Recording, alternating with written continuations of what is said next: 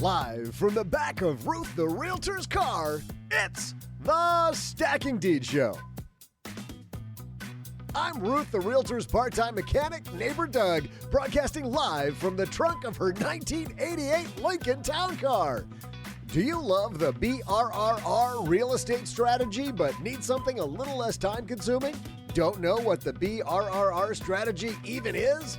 Either way, we're going to help you live more and reach your goals more quickly with investors Palak, Shah, and Niti Jamda.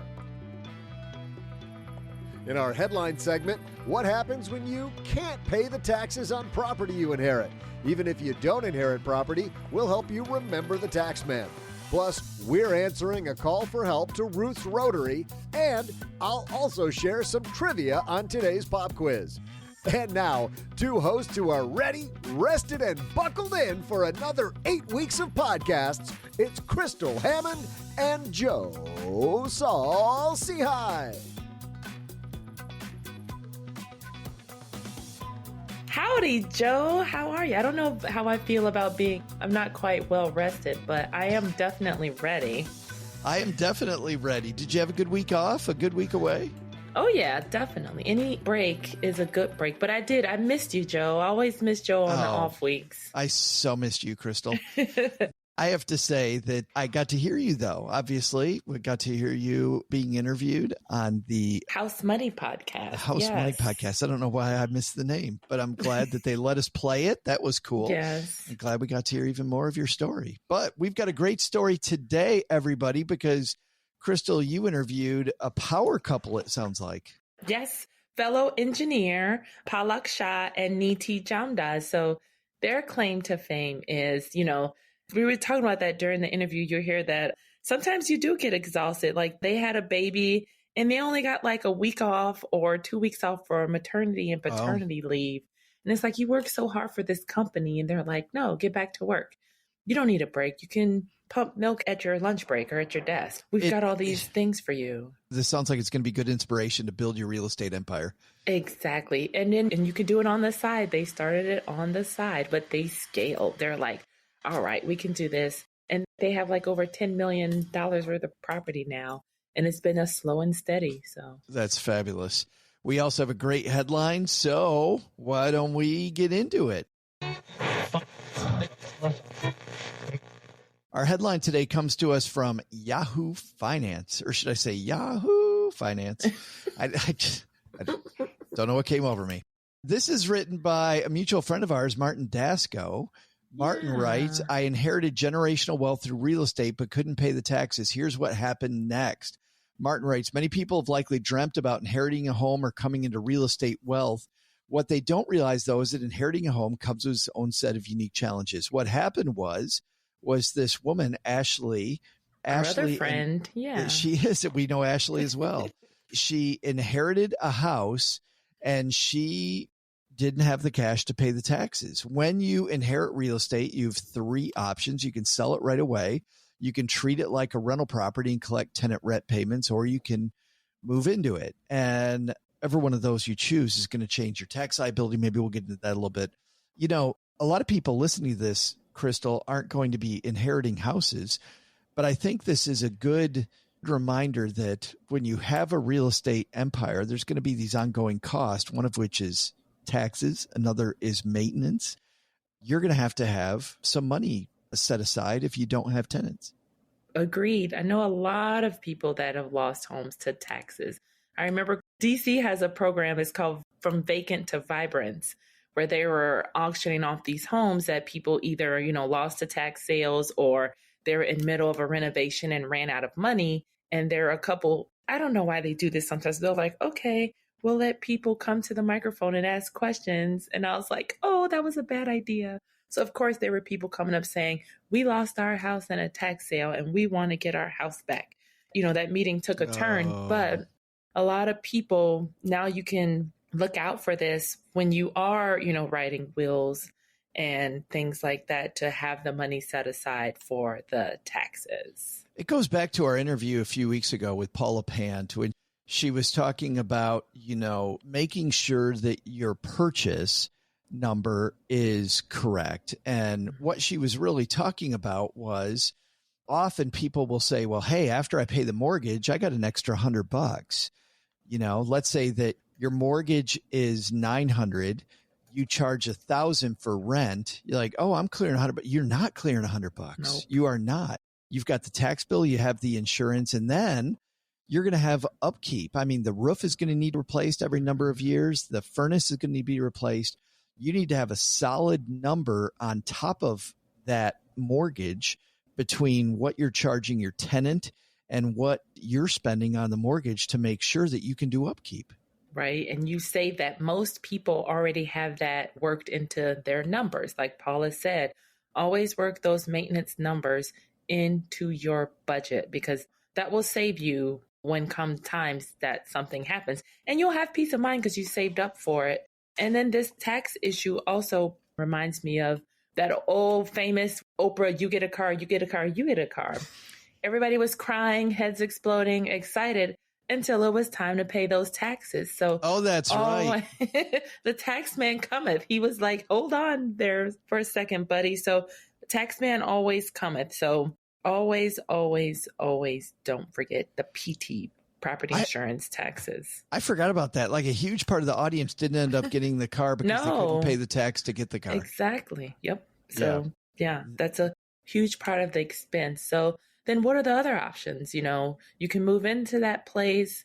I know a lot of times, we talked about this on a previous show too, when people inherit property, a lot of times it's a property that there's a lot of junk in there.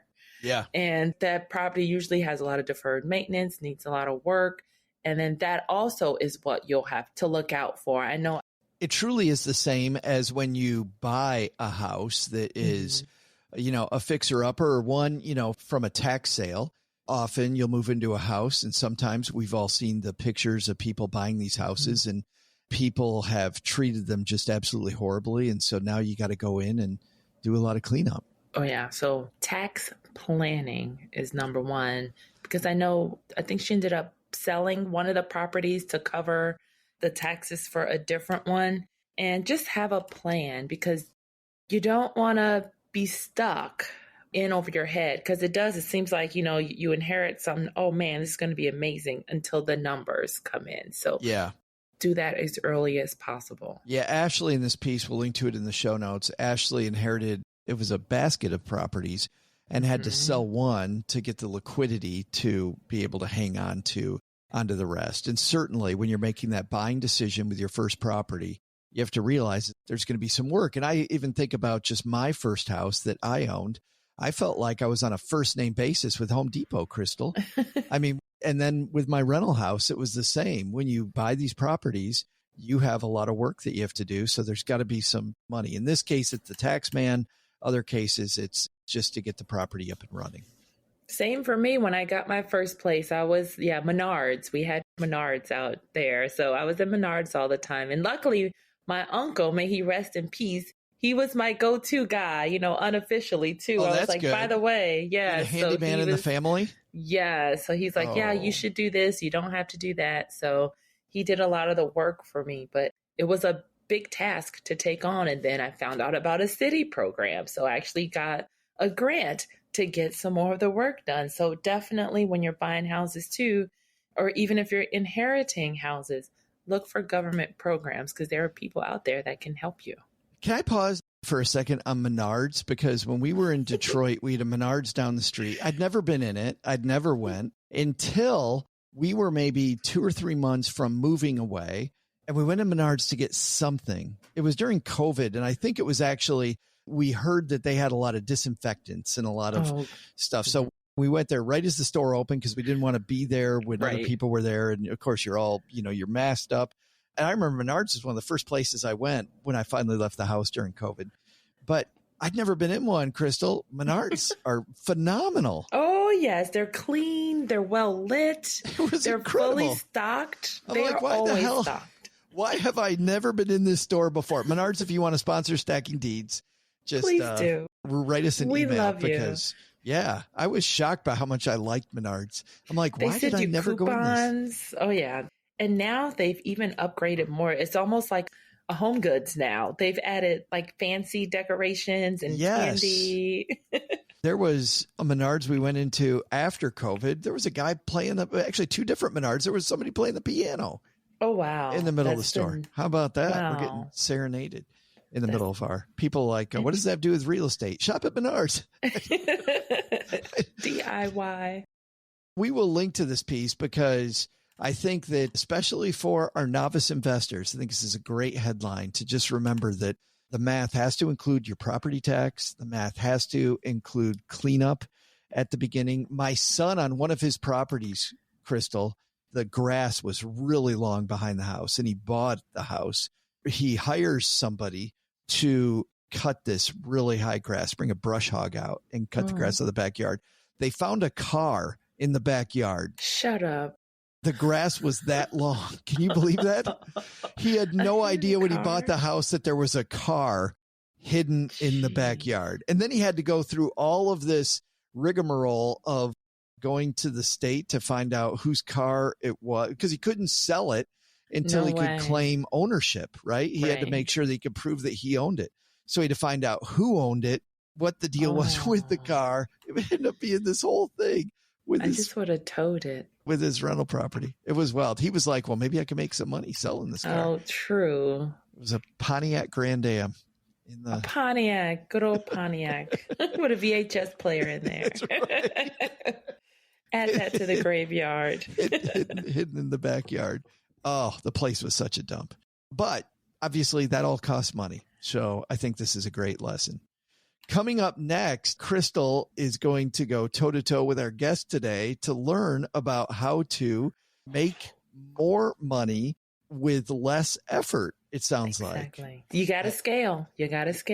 Yeah, scale is their thing. But before that, we got to knock on the trunk here because it's time for Doug for this property quiz. Doug, get up.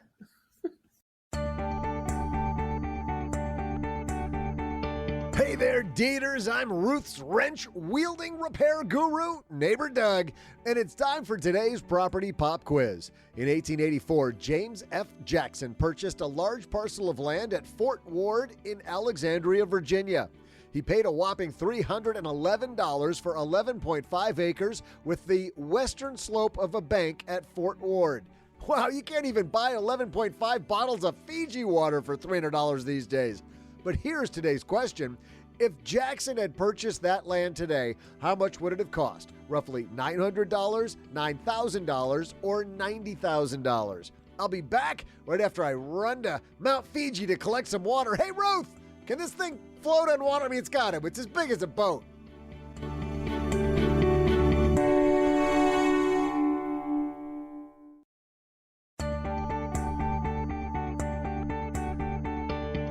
Hey there, daters. I'm Ruth's flotation device provider and mechanic, Neighbor Doug. Turns out Mount Fuji is not anywhere near Texarkana. Wish I'd known that before promising Joe's mom we'd get her some water, but I digress. Quick recap of our trivia question. Back in 1884, James F. Jackson purchased 11.5 acres of land on Fort Ward for a mere $300. If he'd bought it today, how much would it have cost if he'd made the same deal? $900, $9,000, or $90,000? Fun fact about Fort Ward today, that would have been a fantastic deal because a cool $1 million will buy you a home on a lot that's only 0.69 acres in size today. But Jackson's deal was much better. His $300 would be the equivalent of just over $9,000, or to use my calculator, $9,357.90 today. Nice job, James Jackson. And now, get ready to reach your goals faster with Palak, Shah, and Niti Jamda.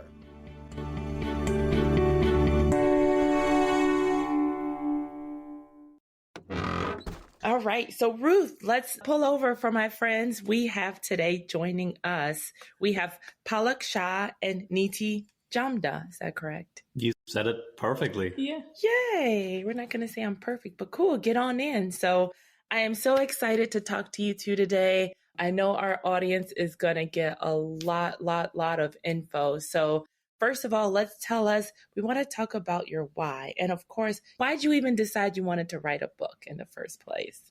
The book, it's really interesting because we scaled our portfolio so fast and we use this strategy that's being used for decades by investors, but we were scaling really fast and we weren't spending all our time at the job site like a lot of investors do.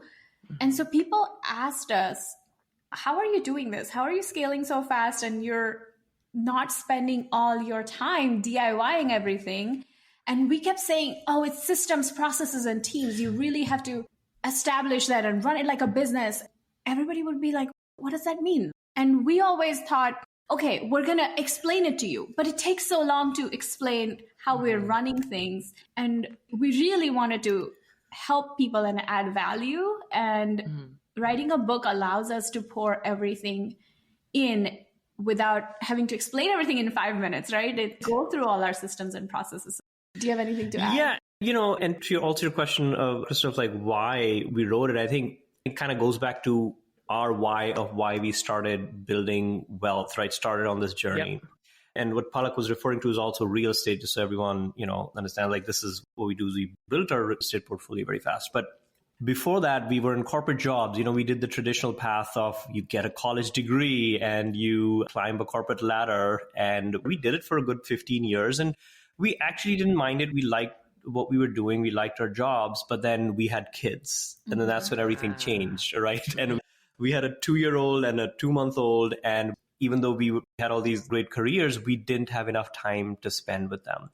And Palak was denied like more than 2 months of maternity leave. I got barely a week of paternity leave. And we're like, wait, this is what we worked hard all our lives for. And we waited to learn in 30s to have kids too, because we thought, if you wait long enough, you'll have stability and that'll allow you to enjoy that. But that's not the case. Yeah. And that's when we realized that something had to change. And so for us, our why was our kids. And we're like, okay, something needs to change. And that's when we started investing and educated ourselves and built the portfolio.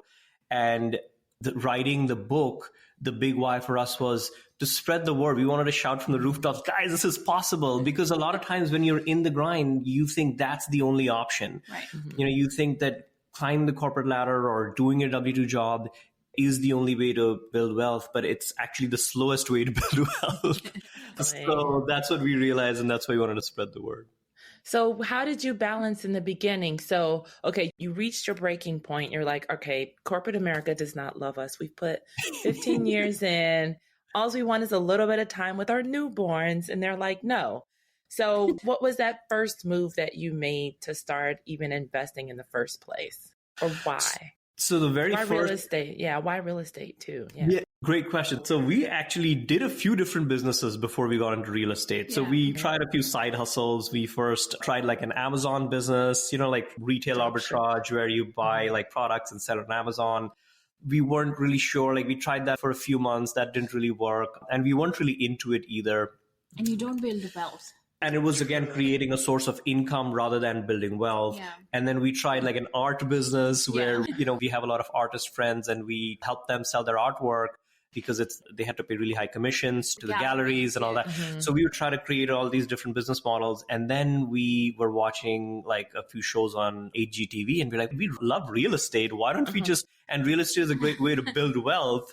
Plus we're really into it. So we're like, all right, why don't we give this a shot? And that's when we bought like a first rent-ready rental, which was down the street from where we lived, and we rented it out. And we did that for a few months. You're like, wait, this is amazing. Yeah. I think when you taste that, the understanding and the cash flow that you make with real estate and knowing that properties are appreciating and your debt is being paid without you putting in all those hours, it's hard to go back after that.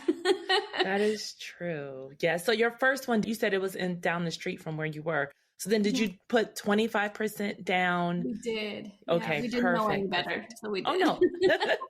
See, that's a good point too, because some people think, okay, I want to pay the mortgage off as fast as possible. Yeah. And it's like, no, you're shooting yourself in the foot. So let's talk about, I guess, because your strategy is different from the BRRRR strategy. Everybody thinks the BRRRR is the buy, rehab, rent, repeat. So what's missing from that formula? Great question. So when we first started doing the BRRRR strategy, so the reason we picked the BRRRR strategy was because, as you said, we had to bring 25, 30% down every time. And we're like, every time we wanted to buy a house, it was $60,000, $70,000 of cash that we needed to bring to the table.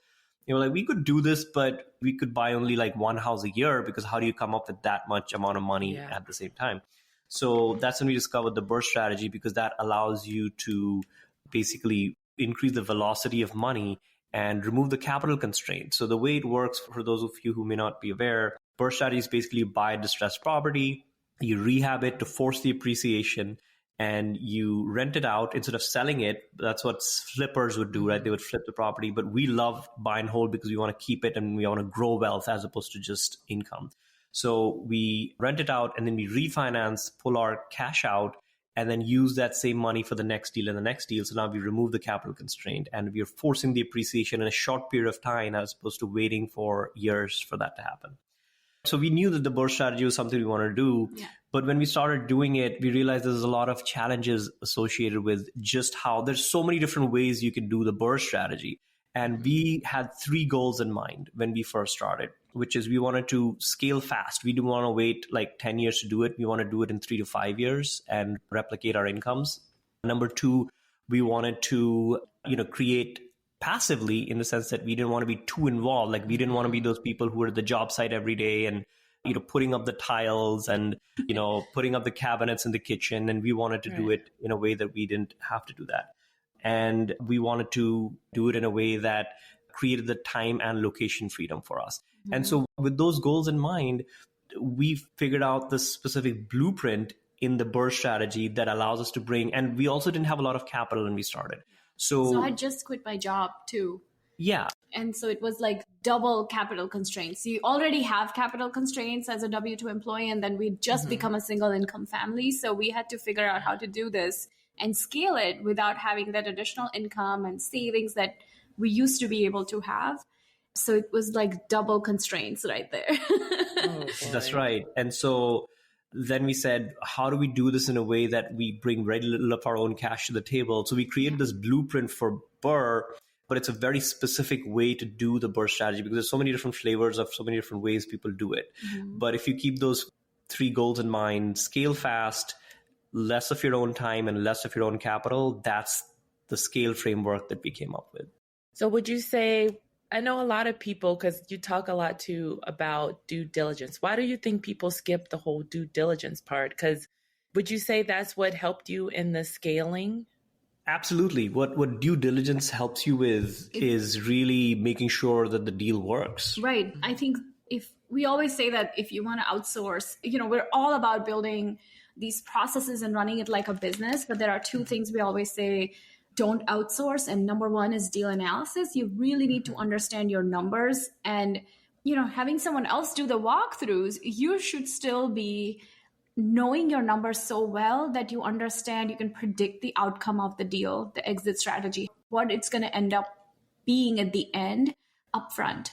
That's number 1. And the second one is finance. Mm-hmm. And so finance and due diligence are so connected, even though they don't seem like it, because if you want good funding for a deal, if you want people to back you up, if you want lenders to fund your deal, your acquisition, and your construction, you have to do your due diligence well. You have to analyze your deals well. So when you present a deal to a lender, they are able to fund it. It's profitable for them as well. So it's so important to do that due diligence upfront to be able to do both of those things. So how did you build relationship with, the lenders, or like who's on your team, and how did you even build those relationships or even find those people? So in the beginning, so when I had quit my job first because I was on maternity leave, and when I went back to work, I couldn't do it. It was just stressful, right? In terms of time commitment and, having 2 little children, not being able to see them. But also it's not comfortable. Like, you've just given birth to a baby and it doesn't feel right to have to go and like pretend like nothing's happened. And right. Like, oh, you could pump at work. You can pump, at your lunch break. And it's like, no, I should do this at home. And we are doing this everywhere, right? Because there are no good maternity leave options in this country.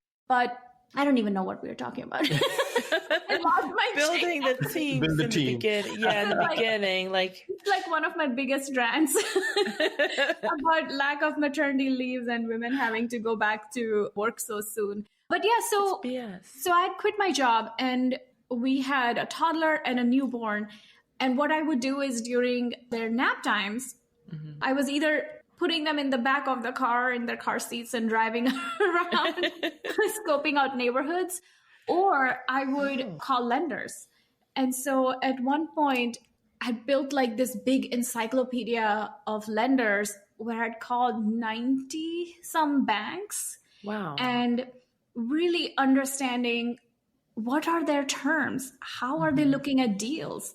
What is considered a good investment from their perspective? And I learned so much through that process, but that is how we narrowed down the lending piece.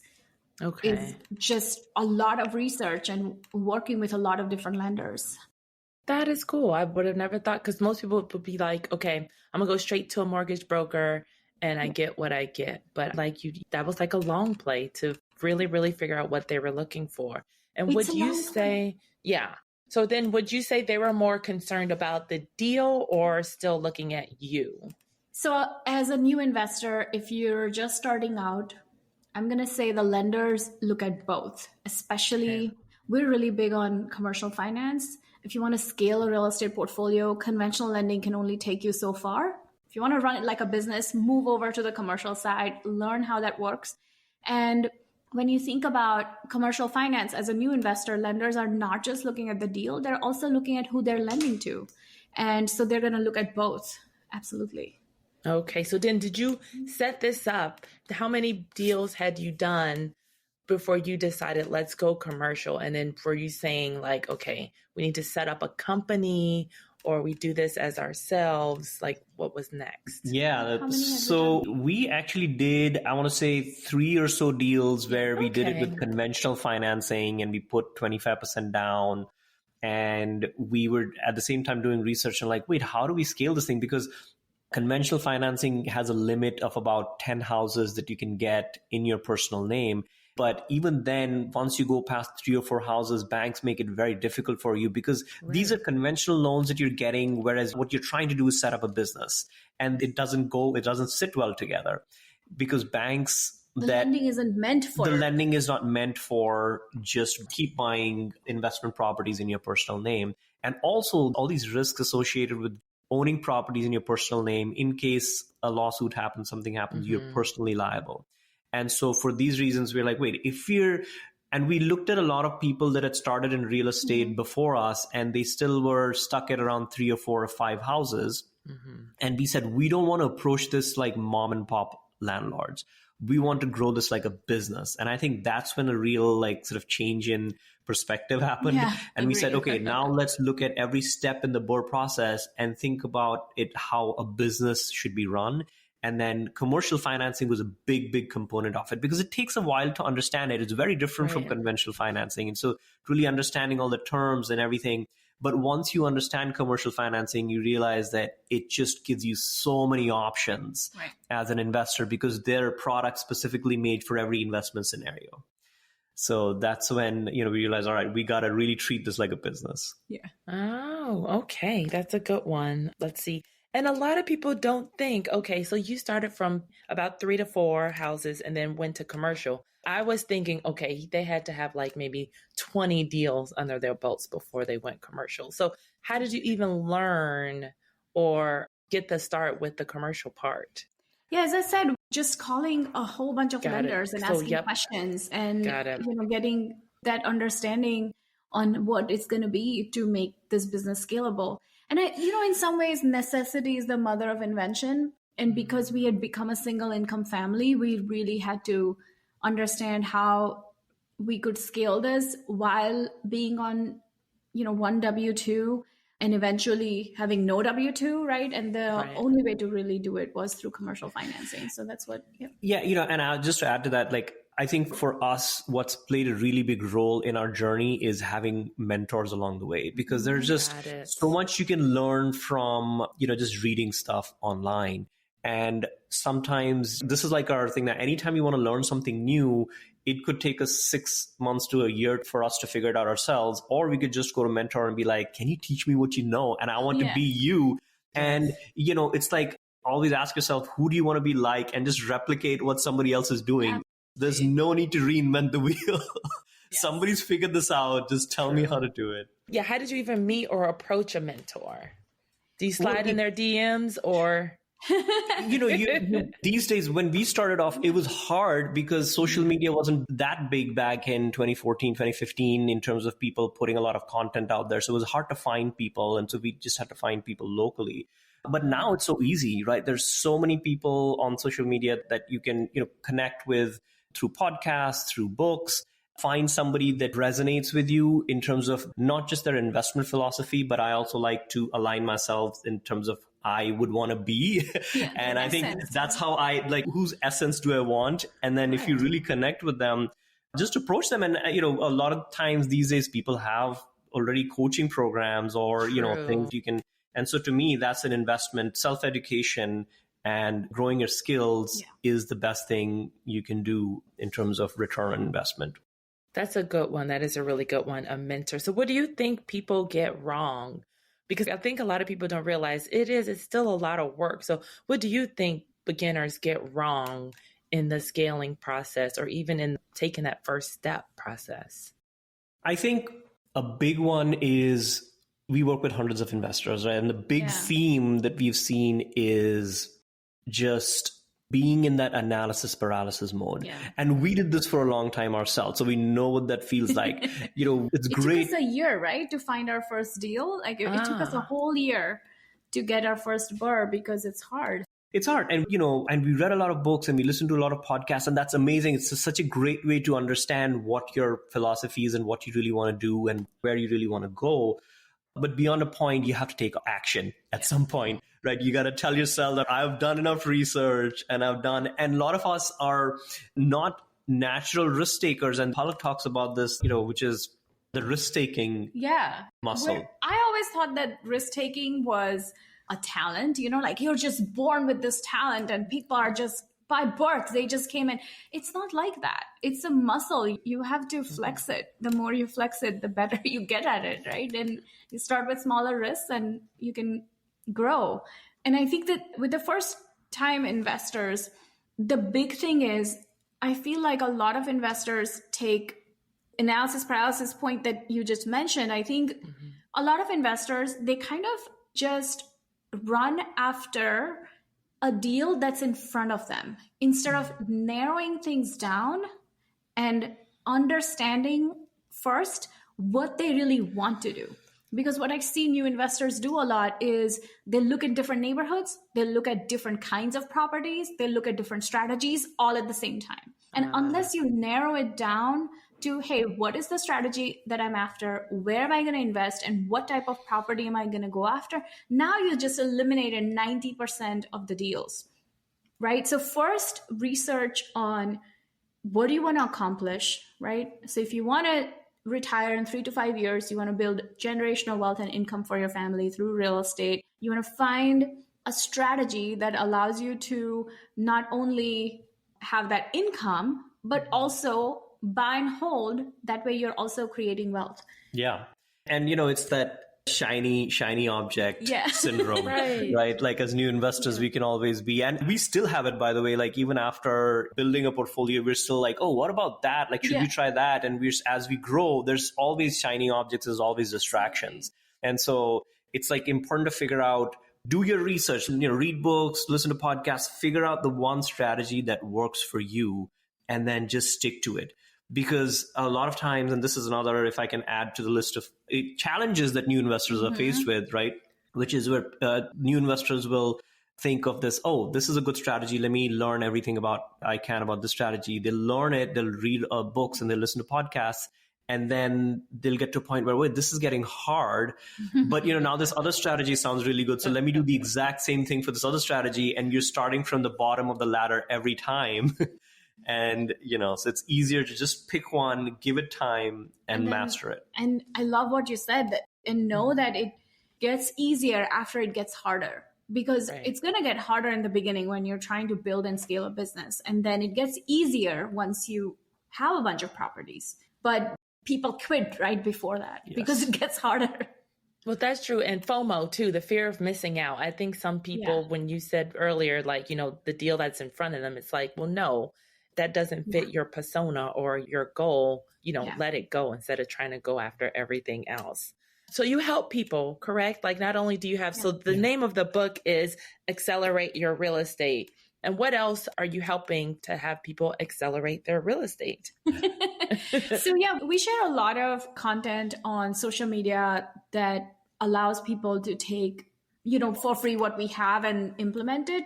We've had people come and tell us that their first 2 properties they bought just by following us on social media. And then we also have a coaching program. We've coached hundreds of investors on how to take this strategy, start from scratch, build it like a business, and then scale it to reach financial freedom.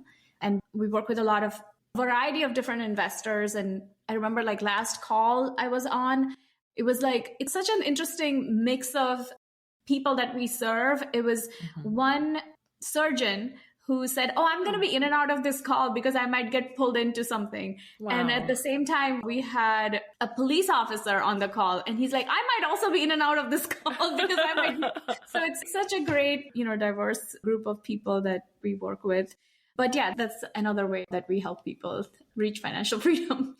So where are your numbers now? So what's next for you? Like, where are you in real estate? And then what's next?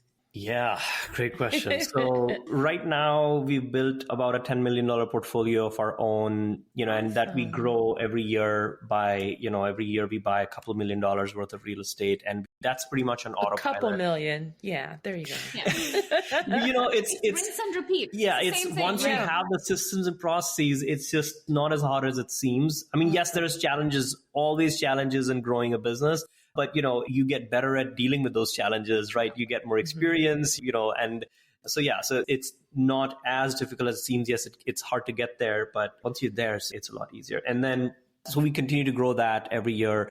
And we do all sorts of real estate, right? We do larger multifamilies. You can apply the same concepts for BRRRR to a 50-unit building or a 100-unit apartment building. Nice. And so we do those as well now. And one other thing that we've started doing is just writing books and sharing our knowledge. Yeah. And I think that is huge for us because not enough people talk about it. Our challenge has been when we first started, like a lot of the voices that we heard on social media in real estate or elsewhere were, people flashing their Lamborghinis and Ferraris and, you can get rich quick overnight. And we're like, no, you can't get rich quick overnight in real estate or in anything for that matter. It takes time. And so we want there to be more real voices. And we thought that if you don't do it, that we can't just wait around for other people to do it. We have to, start ourselves.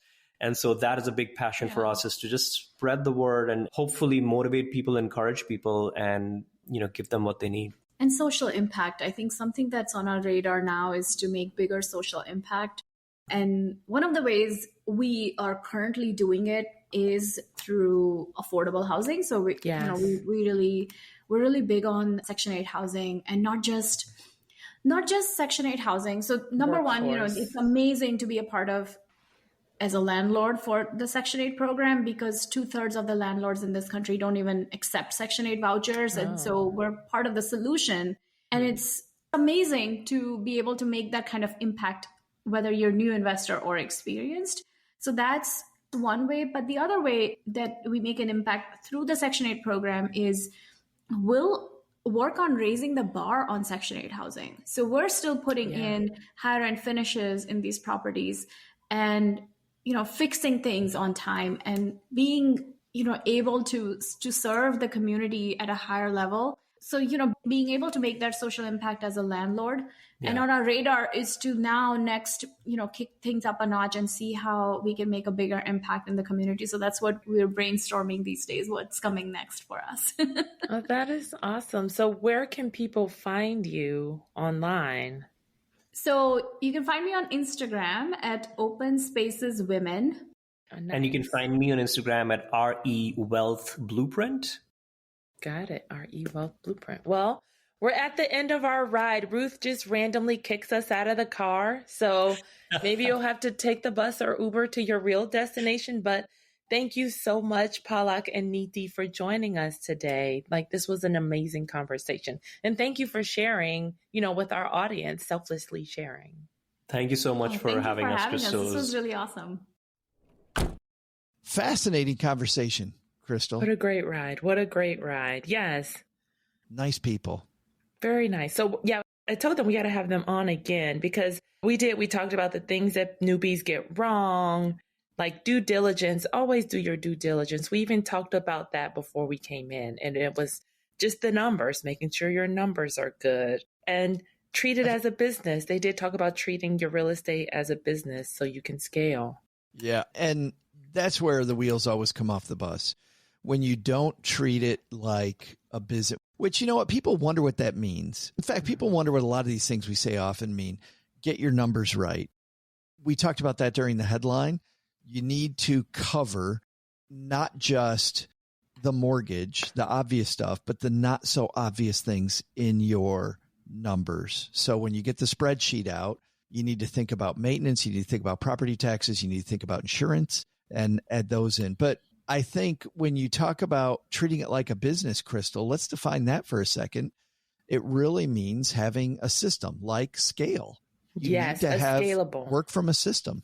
Yep, a scalable system, because their whole point was, I like how they broke it down 2 and 3. They wanted to replicate their income fast because they're like, all right, we're not doing this anymore. We're quitting, our 9 to 5. So they wanted to replicate the income fast. So they wanted to scale fast. They want it to be as passive as possible. You have to plan for that. You have to line item budget for that to make it passive as possible. And then time and location freedom. So now they can work from anywhere just because they have this system in place, and they can drag and drop, plug and play, and boom, on to the next, on to the next, on to the next. And that reminds me of our discussion with Chad Carson a few weeks ago. And people may want to go back and listen to that because Coach Carson, as he's called, walked into the fact that the same thing that these guys thought, which is you need to know what you want first. Like, you don't go buy the real estate property and then go, how does this work?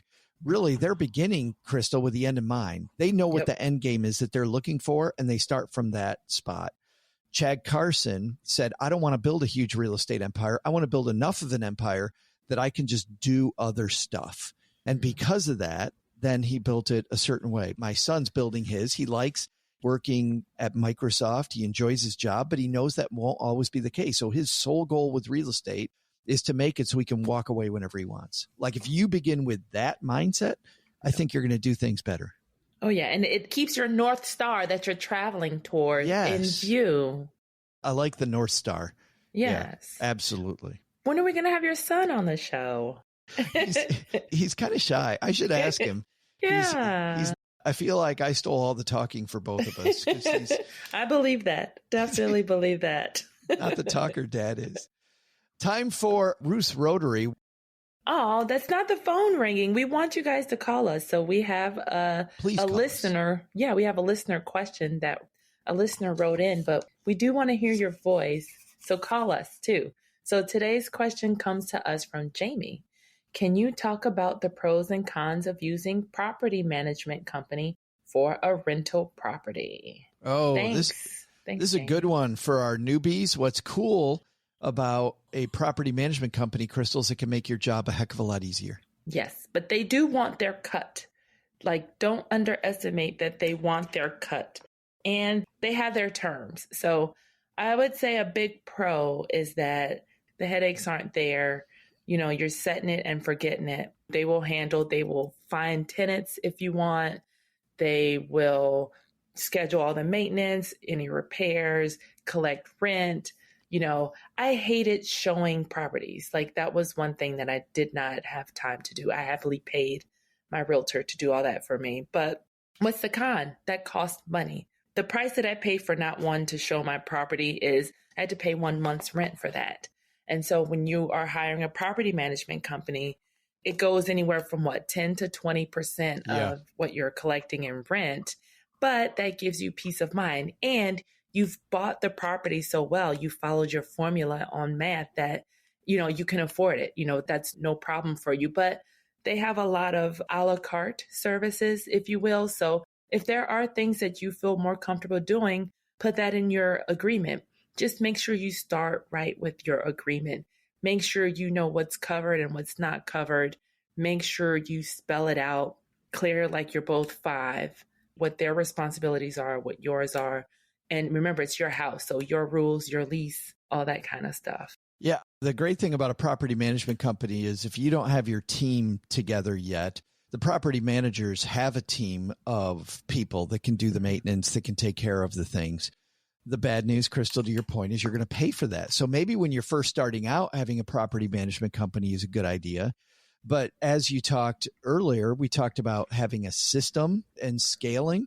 Learning how to do a lot of that stuff yourself could potentially save you a bunch of money. We've got 2 sides of this that we've heard already on the show. We had Al Hine on, who you interviewed, who doesn't use a property management company. He's become really good at it, and he likes doing the stuff himself. So he does not use a property, but he had to learn the skills to get there. Paula Pant, on the other side, happily hires property managers because she believes her best time is spent out looking for new deals, looking and creating new opportunities, and then putting it in this property management system that she's built, which includes a property manager. It costs her money, but it allows her to scale more quickly. So I think what I've heard from the interviews that we've done so far, it's kind of a little bit of know yourself, Crystal. Exactly. And that's what we just talked about with Palak and Niti too. You have to know yourself. You cannot go after every single deal,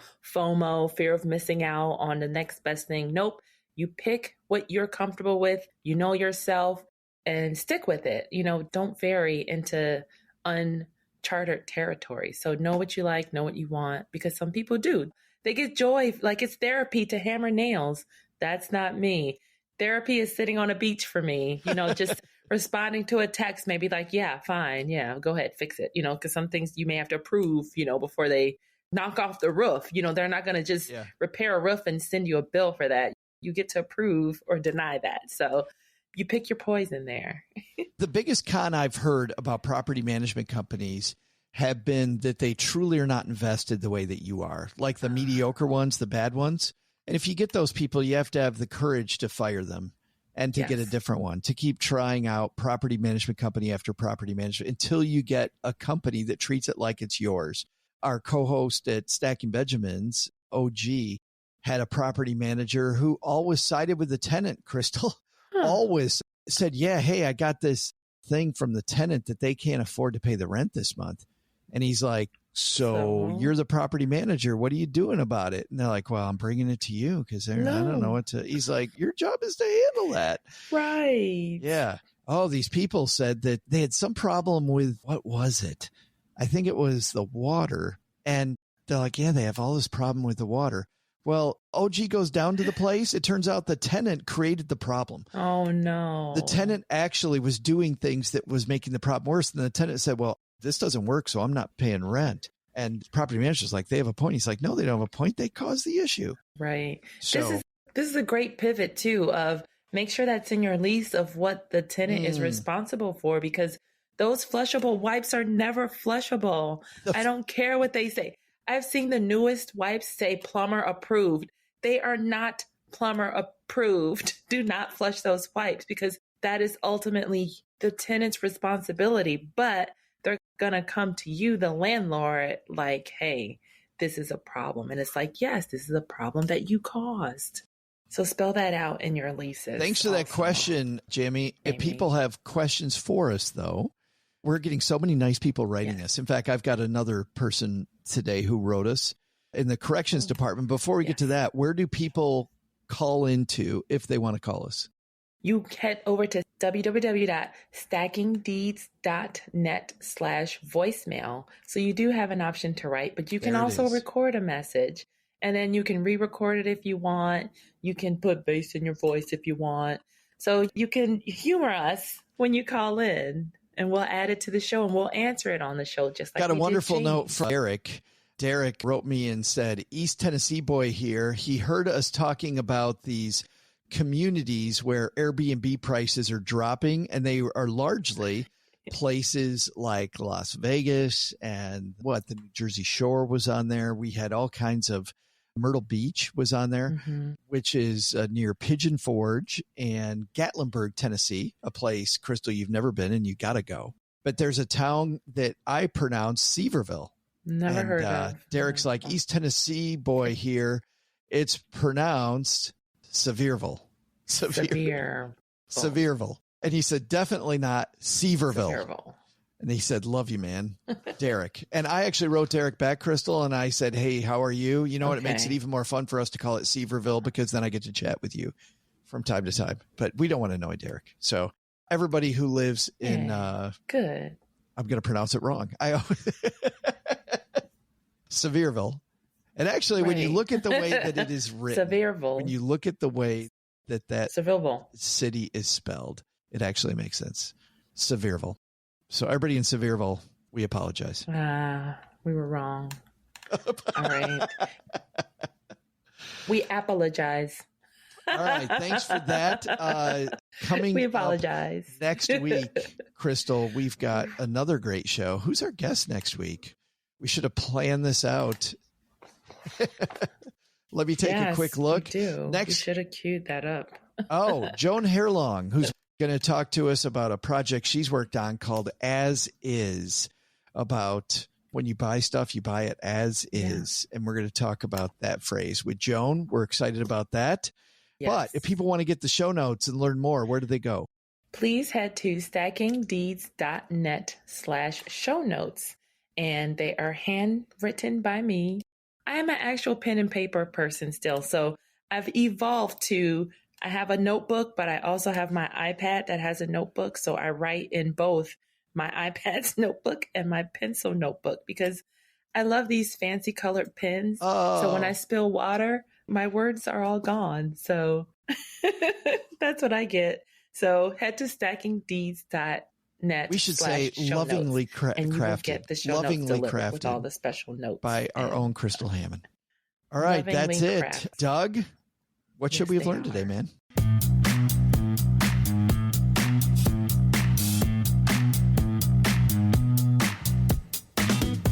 So, what should we have learned today? First, take some advice from Palak and Niti, and use a proven system to get where you want to go. You don't have to reinvent the wheel when it comes to real estate investing. Second, when you're thinking about real estate, realize that the tax bill is going to come, and if you don't have a tenant, there has to be a way to pay the bill. Maybe it's time to re-examine that cash reserve account and beef it up. But the big lesson? Now that I know where Fiji is, could it be a write-off if we went to do a site visit? Could we just write that off against the show? If so, let's go! Because my understanding is that makes the trip free or something. You just write it off. Just write a little note, send it off. Somewhere you write it off. Thanks to Palak, Shah, and Niti Jamda for joining us today. You can find out more about their work in our show notes at stackingdeeds.net.